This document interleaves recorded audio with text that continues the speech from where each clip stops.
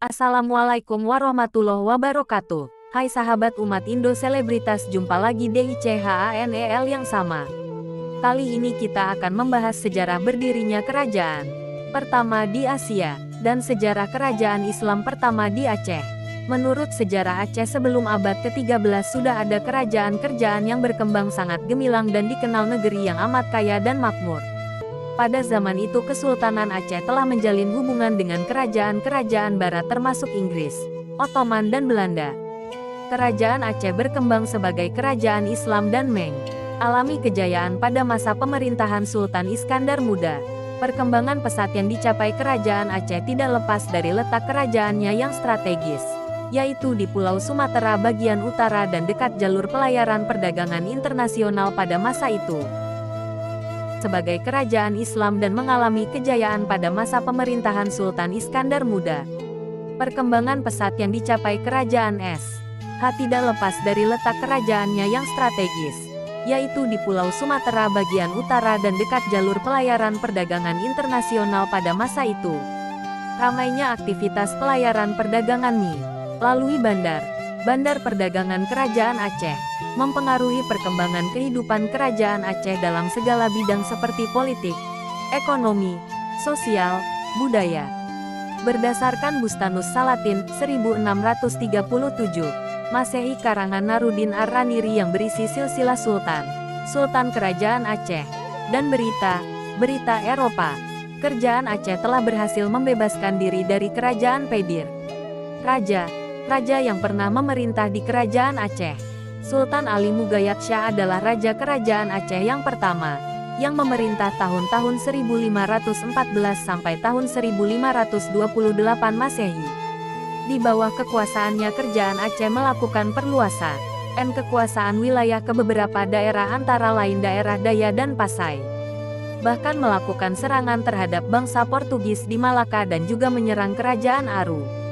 Setelah Sultan Ali Mugayat wafat, pemerintahan beralih kepada putranya yang bergelar Sultan Salahuddin. Ia memerintah tahun-tahun 1528 sampai tahun 1537 Masehi. Selama menduduki tahta kerajaan ia tidak memperdulikan pemerintahan kerajaannya. Keadaan kerajaan mulai goyah dan mengalami kemerosostan yang tajam. Karena itu, Sultan Salahuddin digantikan saudaranya yang bernama Alauddin Riayat Shah Al-Kahar. Sultan Alauddin Riayat Shah Al-Kahar, ia memerintah Aceh dari tahun-tahun 1537 sampai tahun 1568 Masehi. Ia melakukan berbagai bentuk perubahan dan perbaikan dalam segala bentuk pemerintahan kerajaan Aceh.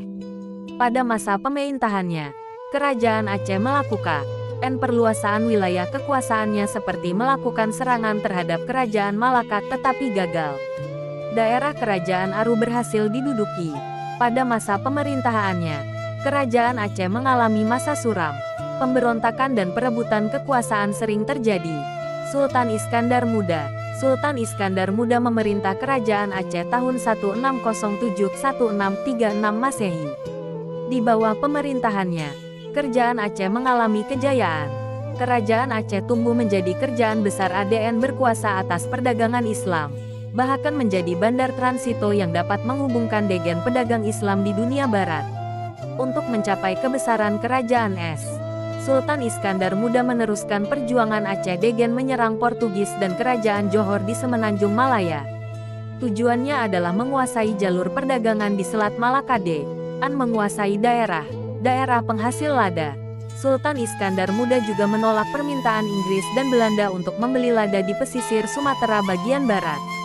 Selain itu, kerajaan Aceh melakukan pendudukan terhadap daerah seperti Aru, Pahang, Kedah, Perlak, dan Indragiri, sehingga di bawah pemerintahannya kerajaan Aceh memiliki wilayah yang sangat luas. Pada masa kekuasaannya, terdapat dua orang ahli tasawuf yang terkenal di yaitu Syekh Syamsuddin bin Abdullah As-Samatrani dan Syekh Ibrahim Asy-Syamsi. Setelah Sultan Iskandar Muda wafat, tahta kerajaan Aceh digantikan oleh menantunya, Sultan Iskandar Thani. Ia memerintah Aceh tahun-tahun 1636 sampai tahun 1641 Masehi. Dalam menjalankan pemerintahan, Ia melanjutkan tradisi kekuasaan Sultan Iskandar Muda. Pada masa pemerintahannya, muncul seorang ulama besar yang bernama Nuruddin Ar-Raniri. Ia menulis buku sejarah Aceh berjudul Bustanus Salatin. Sebagai ulama besar, Nuruddin Ar-Raniri sangat dihormati oleh Sultan Iskandar Tani dan keluarganya serta oleh rakyat Aceh. Setelah Sultan Iskandar Tani wafat, tahta kerajaan dipegang oleh permaisurinya, Putri Sultan Iskandar Tani, dengan gelar Putri Sri Alam Permaisuri, tahun 1641 sampai tahun 1675 Masehi. Sultan Sri Alam tahun 1575 sampai tahun 1576. Sultan Sri Alam adalah Sultan Aceh ke-6 yang memerintah dari tahun 1575 hingga tahun 1576. Menurut Lombard, ia hanya berkuasa pada tahun 1579. Sir I Alam merupakan putra dari Sultan Alauddin Alkohar yang merupakan Sultan Aceh ketiga yang memerintah Aceh sebagai Kamalat Syah tahun 1688 sampai tahun 1699. Sultan Sri Alam sebelumnya bernama Sri Alam Firmansyah yang dinikahkan dengan Raja Dewi, Putri Sultan Munawarsyah dari Indrapara. Hulu Balang dari Indrapura tersebut berkomplot dalam pembunuhan putra dari Sultan Husain Ali Riayat Syah yang bernama Sultan Muda, sehingga melancarkan jalan buat suami Raja Dewi naik tahta dengan nama Sultan Sri Alam pada 1576. Namun kekuasaannya hanya berlangsung selama 3 tahun sebelum disingkirkan dengan dukungan para ulama. Namun pengaruh Indrapura tak dapat disingkirkan begitu saja. Dari 1586 sampai 1588 saudara Raja Dewi yang bernama Sultan Buyong memerintah dengan gelar Sultan Ali Riayat Syah II, sebelum akhirnya terbunuh oleh intrik ulama Aceh. 2. Kehidupan ekonomi.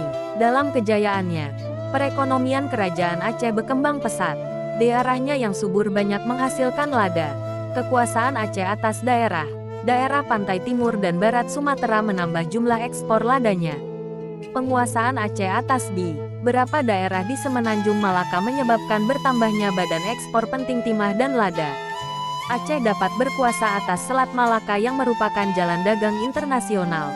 Selain bangsa Belanda dan Inggris, bangsa asing lainnya seperti Arab, Persia, Turki, India, Siam, Cina, Jepang, juga berdagang dengan Aceh. Barang yang diekspor Aceh seperti beras, lada dari Minangkabau, rempah dari Maluku. Bahan impornya seperti kain dari Coromandel India, porselin dan sutera dari Jepang dan Cina, minyak wangi dari Eropa dan Timur Tengah. Kapal Aceh aktif dalam perdagangan dan pelayaran sampai Laut Merah. Kehidupan sosial. Meningkatnya kemakmuran telah menyebabkan berkembangnya sistem feodalisme dan ajaran agama Islam di Aceh. Kaum bangsawan yang memegang kekuasaan dalam pemerintahan sipil disebut golongan Toku. Sedangkan kaum ulama yang memegang peranan penting dalam agama disebut golongan Tengku. Namun antara kedua golongan masyarakat itu sering terjadi persaingan yang kemudian melemahkan Aceh. Sejak berkuasanya kerajaan Perlak abad ke-12 Masehi ke-13 Masehi, telah terjadi permusuhan antara aliran Syiah dengan Sunnah wal Jamaah. Tetapi masa kekuasaan Sultan Iskandar Muda aliran Syiah memperoleh perlindungan dan berkembang sampai di daerah kekuasaan Aceh. Aliran ini diajarkan oleh Hamzah Fassuri yang diteruskan oleh muridnya yang bernama Syamsuddin Pasai. Sesudah Sultan Iskandar Muda wafat, aliran Sunnah wal Jamaah mengembangkan Islam beraliran Sunnah wal Jamaah. Ia juga menulis buku sejarah Aceh yang berjudul Bustanus Salatin Taman Raja dan berisi adat istiadat Aceh beserta ajaran agama Islam. Kehidupan budaya. Kejayaan yang dialami oleh kerajaan Aceh TSB tidak banyak diketahui dalam bidang kebudayaan. Walaupun ada perkembangan dalam bidang kebudayaan, tetapi TDK sepesat perkembangan dalam aktivitas perekonomian. Peninggalan kebudayaan yang terlihat nyata adalah Masjid Baitur Rahman. Penyebab kemunduran kerajaan Aceh. Setelah Sultan Iskandar Muda wafat tahun 1036, TDK ada raja besar yang mampu mengendalikan daerah Aceh yang demikian luas. Di bawah Sultan Iskandar Tani tahun 1637 sampai tahun 1641 sebagai pengganti Sultan Iskandar Muda. Kemunduran itu mulai terasa dan terlebih lagi setelah meninggalnya Sultan Iskandar Thani. Timbulnya pertikaian yang terus-menerus di Aceh antara golongan bangsawan Toku, Degen Golon, dan Utama Tengku, yang mengakibatkan melemahnya kerajaan Aceh. Antara golongan ulama sendiri pertikaian terjadi karena perbedaan aliran agama aliran Syiah dan Sunnah wal Jamaah.